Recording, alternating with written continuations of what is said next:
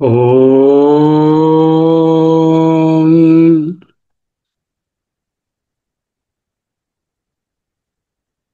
ఓం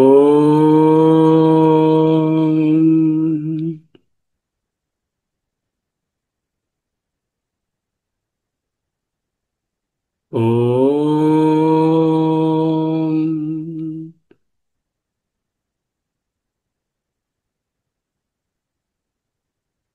స్థిర సుఖమాసనం.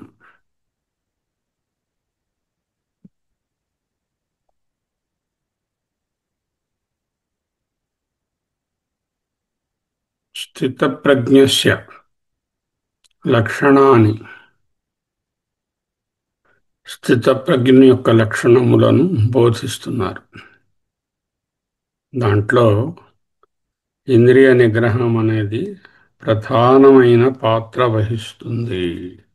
ఇంద్రియాన్ని మనస్సుని నిగ్రహించుకోవడం శమదమాదులు. ఇంద్రియాణం హి చరతాం యన్మనోనువిధీయతే తదస్య హరతి ప్రజ్ఞాం వాయుర్నావమివాంభసి.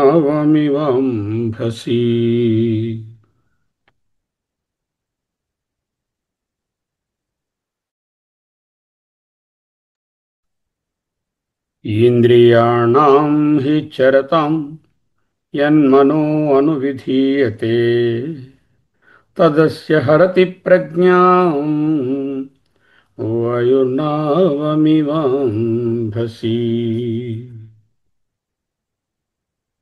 ఒక దృష్టాంతంతో ఇంద్రియాల యొక్క పవర్ని బోధిస్తుంది.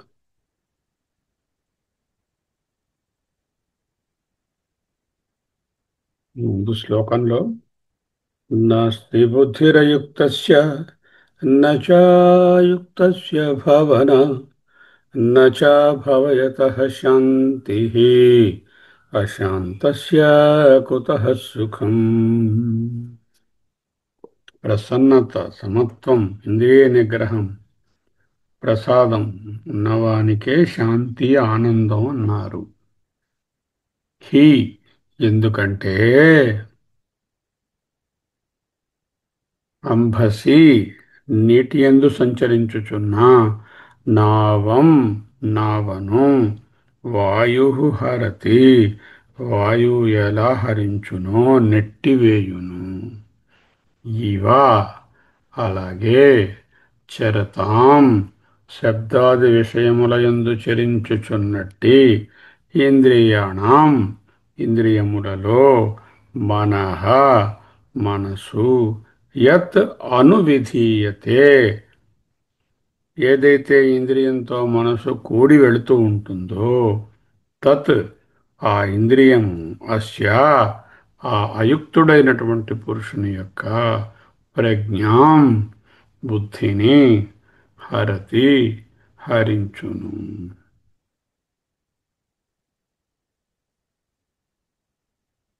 చరతాం ఇంద్రియాణం హి యత్ మనః అనువిధీయతే తత్ అస్య ప్రజ్ఞాం అంభసి వాయు నావం ఇవ హరతి.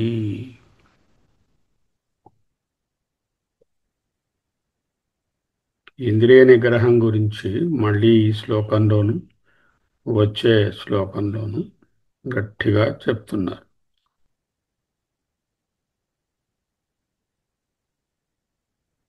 శ్రవణానికి మననానికి నిధిధ్యాసనకు కూర్చున్నాం, కానీ ఇంద్రియాలు గడ్డి మేస్తున్నాయి. అంటే పనికి మాలిన వైపు వెడుతున్నాయి. అప్పుడు ఏమిటవుతుంది?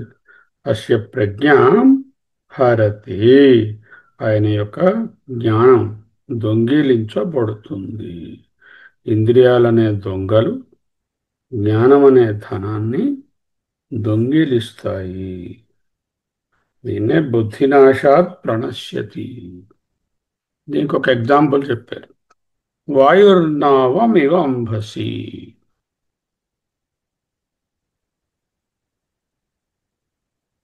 నావ అంభసి నీటి యందు ప్రయాణం చేస్తుంది. పెద్ద పెనుగాలి వచ్చింది, అప్పుడు ఆ నావేమవుతుంది? ఇటు అటు కొట్టుకొని పోతుంది. దేనికే గుద్దీసి ఆ నావికుడు కూడా చచ్చిపోతాడు. ఈ జ్ఞానం అనే నావను సంసారం అనే సాగరాన్ని ఈదడానికి మొదలుపెట్టినప్పుడు మనస్సు అనే వాయువు వచ్చి ఆ జ్ఞానాన్ని పట్టుకుపోతుంది. ఎప్పుడు ఎవని మనస్సు అయితే ఇంద్రియాల వెనక పరుగులు తీస్తుందో అనువిధీయతే. యస్య మనః ఇంద్రియాణం అనువిధీయతే తత్ హరతి ప్రజ్ఞాం వాయుర్నావమివాంభసి.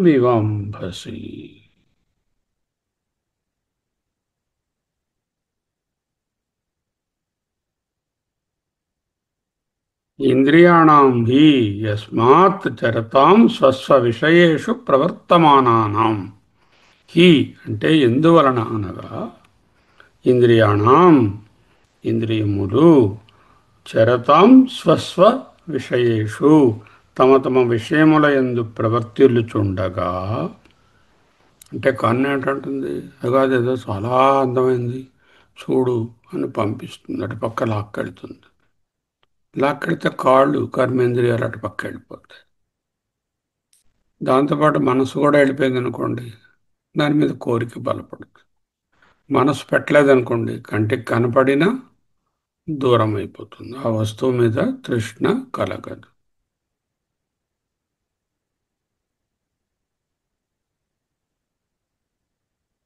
స్వస్వ విషయేషు ప్రవర్తమానానాం ఇంద్రియాణం యత్ ఏ మనస్సు అయితే అనువిధీయతే అనుప్రవర్తతే దాంతో కూడా మనసు కూడా వెళ్ళిపోతుంది. ఇది ఒక మంచి పోయిట్ తమిళ్లో. కన్పోహ పోకిలే కాల్పోగలామా కాల్పోహ పోకిలే మనం పోహలామా మనం పోహ పోకిలే మణిదన్ పోహలామా. కళ్ళు వెళ్ళే వైపు కాళ్ళు తీసుకుని పోకు. ఇదొక చూపిస్తుంది, అటుపక్క వెళ్ళిపోదాం రా అంట. కాళ్ళు వెళ్ళిపోతున్నప్పుడు దాని వెనకాల మనసు పరిగెడుతుంది. మనస్సు వెనకాల మనిషి తాలూకా బుద్ధి కూడా పరిగెడుతుంది. అలా చేయకుండా ఉంటే నహరతి ప్రజ్ఞం, ఆ ప్రజ్ఞ స్థిరమవుతుంది. అదే స్థిత ప్రజ్ఞ అవుతుంది. అలా చేస్తే ఇంద్రియాల వెనకాల మనసును పరుగులు తీయనిస్తే హరతి ప్రజ్ఞాం. ప్రజ్ఞ అంటే వివేకాన్ని, బుద్ధిని, ఆత్మజ్ఞానాన్ని, థియరిటికల్ నాలెడ్జ్ని, బ్రెయిన్ సెల్స్లో ఉన్న దానిని హారతి పోగొడుతుంది. అప్పుడు ఇంకా నిధిధ్యాసన ఏమిటి? స్థిత ప్రజ్ఞ ఏమిటి? స్థితి లేదు, ప్రజ్ఞ లేదు.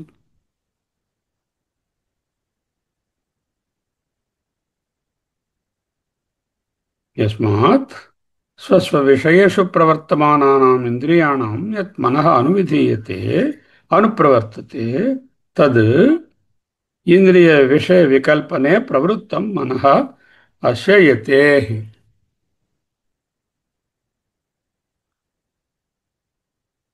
అహమస్మి అహమస్మి.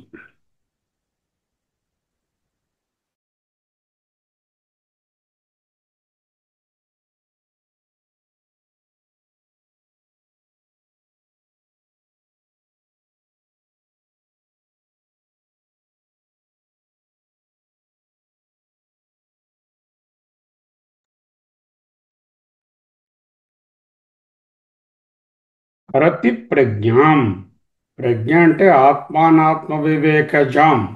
ఆత్మానాత్మ వివేకము నుండి పుట్టినటువంటి ఆ బుద్ధిని హరతి, నాశయతి. కథం? ఎట్లు? వాయు నావం ఇవ అంబసి. అంటే నీటిలో ప్రయాణం చేస్తున్నటువంటి నావను పెనుగాలి ఏ విధంగా తప్పుదారి పట్టించి కొండకి ఢీకొట్టించిస్తుందో అలా.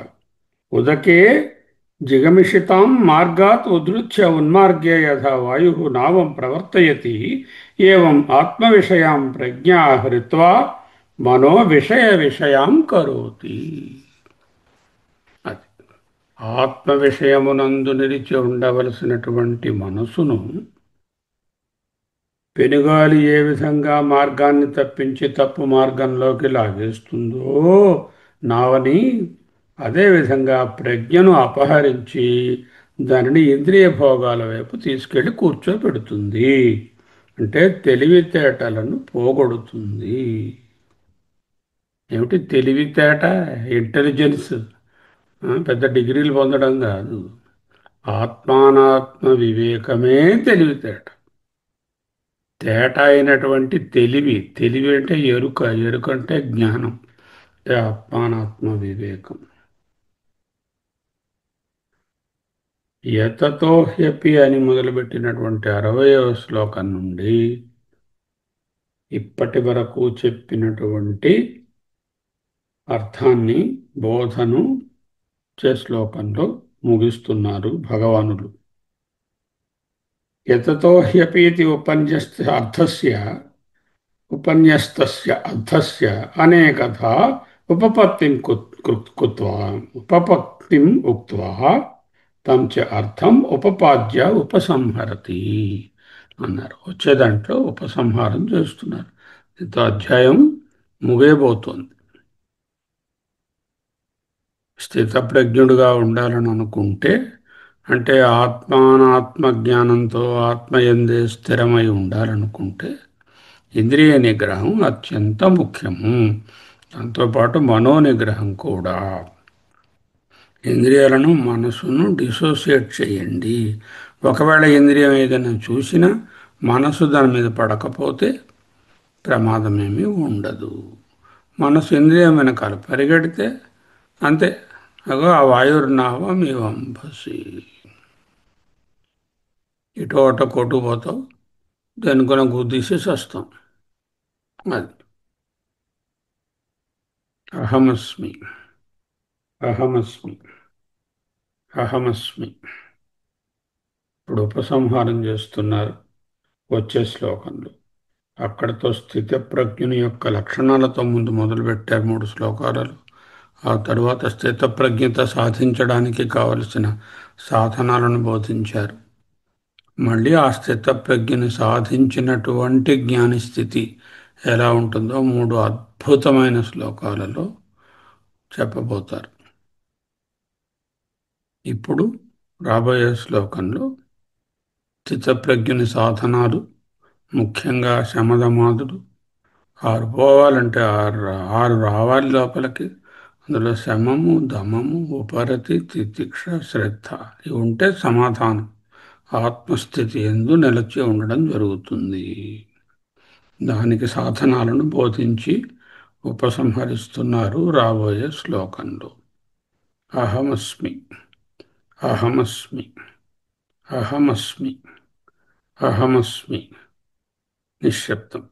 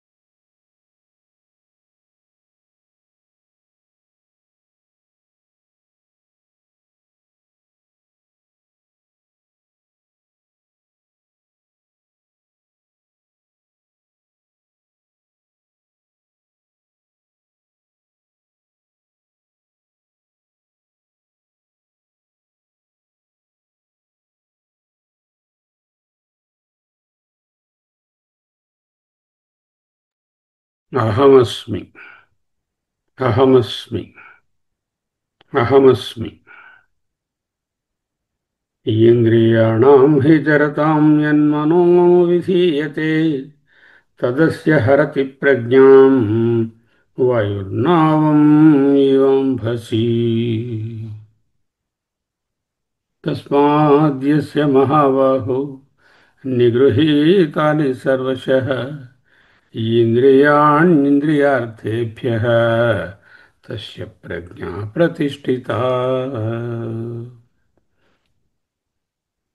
తస్మాత్ మహాబాహో నిగృహీతాని సర్వశః ఇంద్రియాణి ఇంద్రియార్థేభ్యః తస్య ప్రజ్ఞా ప్రతిష్ఠిత.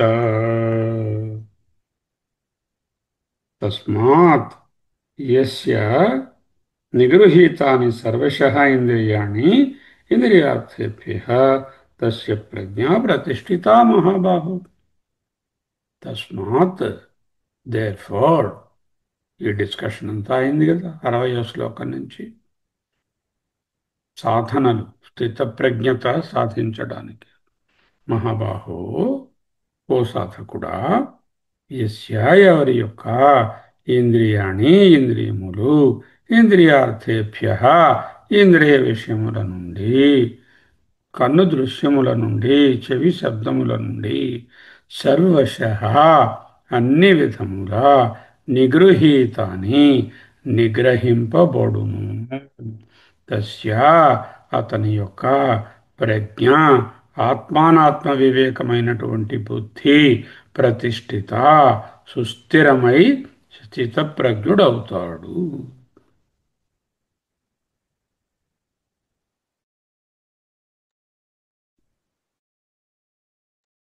What is the bottom line?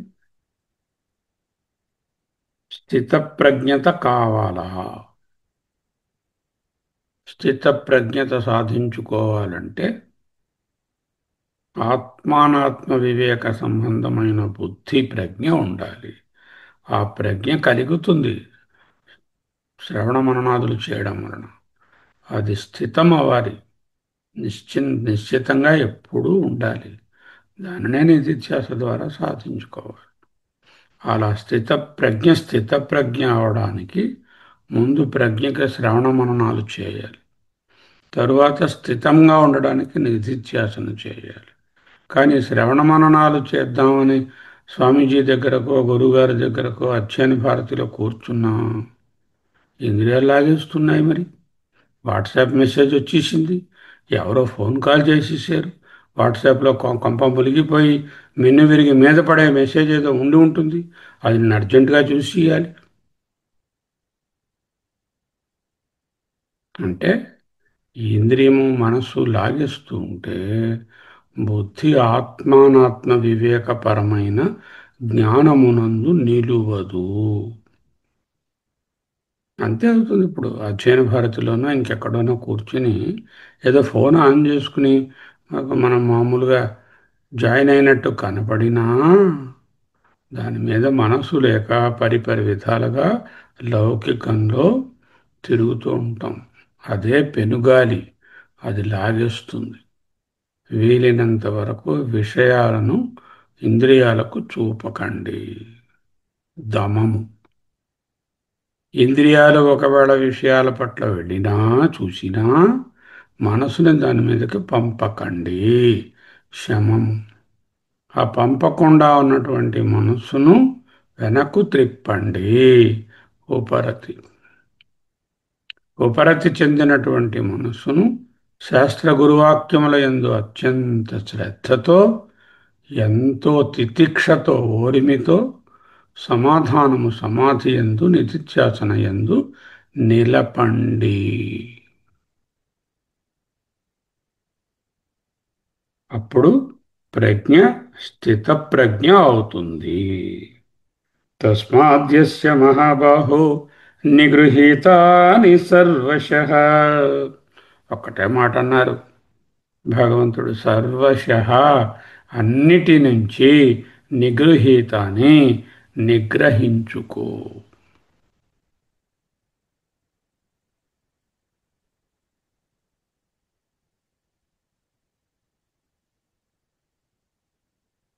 వీటిని ఇంద్రియాణి ఇంద్రియార్థేభ్య, ఈ ఇంద్రియములను ఇంద్రియ విషయముల నుంచి సర్వశః అన్ని విధములా నిగృహీతాని నిగ్రహింపబడతాయో తస్య అటువంటి సాధకుని యొక్క ప్రజ్ఞ జ్ఞానము ప్రతిష్ఠిత విజ్ఞానం అవుతుంది, స్థిత ప్రజ్ఞ అవుతుంది. ఇంద్రియాణం ప్రవృత్తౌ దోష ఉపపాదితో యస్మాత్, ఇంద్రియముల ప్రవృత్తి అందరి దోషము ఇక్కడ ప్రతిపాదిస్తున్నారు. తస్మాత్ ఇంతవరకు చెప్పారు కదా, ఇంద్రియముల ఎందరి దోషం. తస్మాత్ అందువలన యస్య యతేహి, ఏ సాధకుని యొక్క ఇంద్రియములు నిగృహీతాని సర్వశః అన్ని ప్రకారములుగా తమకు కారణమైన మనసుతో సహా సర్వప్రకారై మనసాదిభేదై ఇంద్రియాణి ఇంద్రియార్థేభ్య శబ్దాదిభ్య నిగృహీతాని తస్య ప్రజ్ఞ ప్రతిష్ఠిత. ఇంద్రియములకు విషయములైనటువంటి శబ్దస్పర్శాదుల నుండి మనసుతో సహా రింగ్ లీడర్తో సహా నిగ్రహించబడినవో అటువంటి వాడే స్థిత ప్రజ్ఞుడు. ఫస్ట్ ఆ క్వశ్చన్ వేసుకోవాలి. ఫస్ట్ నేను జ్ఞానం ఏదో సంపాదిద్దామని కూర్చున్నాను, 6 ఏళ్ళుగా 7 ఏళ్ళుగా చదువుతున్నాను, ఏదో చాలా ఉపనిషత్తుల గురువులు ఎవరో బోధిస్తున్నారు పాపం అత్యంత ప్రేమతో. ఆ జ్ఞానం మనసులో కొంత వస్తోంది, ఆ జ్ఞానాన్ని విజ్ఞానంగా ఆ ప్రజ్ఞని స్థితప్రజ్ఞగా మార్చుకుంటానా అని ప్రశ్నించుకోవాలి. మార్చుకోవాలంటే ఇదే మార్గం, వేరే మార్గం లేదు. No TV, no newspaper, no YouTube, no WhatsApp. Only అవసరమైనటువంటి కాల్స్ మాత్రమే ఎమర్జెన్సీగా అతి బ్రీఫ్గా మాట్లాడి పెట్టేయాలి. వీలైతే ఫోన్ని కొన్ని గంటల పాటు ఇంటర్నెట్ కనెక్షన్ పీకేసి సైలెంట్లో పడేయండి. పెద్ద డిస్టర్బెన్స్ ఏమిటంటే మొబైల్ ఫోన్.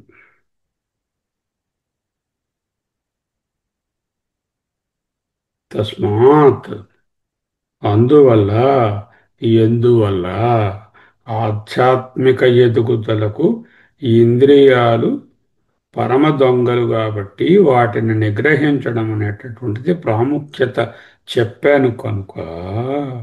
యస్య ఇంద్రియాన్ని నిగృహీతాని సర్వశః, ఇంద్రియాలను అన్నిటినీ అన్ని విధాల నిగ్రహించుకో.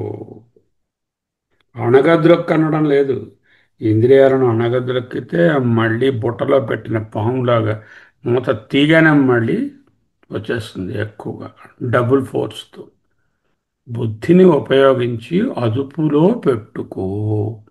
గలగలా ప్రవహిస్తున్న ఒక గోదావరి నది ఉంది, దాన్ని ఆపితే వరదలు వచ్చి కొంపలు మునిగిపోతాయి ఊర్లన్నీ. ఆపకపోతే వృధాగా పోతుంది. అందువలన నదిని ఆపకూడదు, అలాగని వృధాగా సముద్రంలోకి పోనివ్వకూడదు. దానికి ఆనకట్ట కట్టి మనకు కావలసిన మార్గంలోకి త్రిప్పుకోవాలి. ఇంద్రియాలు కూడా అంతే, గలగలా పారే సెలయేరు లాంటివి, నది లాంటివి. వాటిని ఆపడానికి ప్రయత్నిస్తే ముంచేస్తాయి, వరదొచ్చేస్తుంది. ఆపకుండా ఉంటే ఇంద్రియాలు ఎటెటో విడిపోయి మనని తప్పుదారి పట్టించేస్తాయి. కాబట్టి వాటిని జాగ్రత్తగా అణగద్రొక్కకుండా, గాలికి వదిలేయకుండా బుద్ధితో నియంత్రించి సమయపాలన పాటించి మనకు కావలసిన వైపునకు ఇంద్రియాలను నిర్దేశించుకోవాలి. అంటే రోజుకి ఒక తెలివిగా ఉన్న సమయంలో ఒక 50-60% ఆత్మజ్ఞానానికి సంబంధించినటువంటి విషయాల యందే ప్రవర్తిల్లజేయాలి. ఈ విషయాన్ని పాపం ప్రతి క్లాసులోనే రాళ్ళపల్లి గురువుగారు చెప్తూనే ఉంటారు. ఎవరి కోసం? ఆయన ఎలాగో ఆ స్థితిలో ఉన్నారు, మన కోసమే.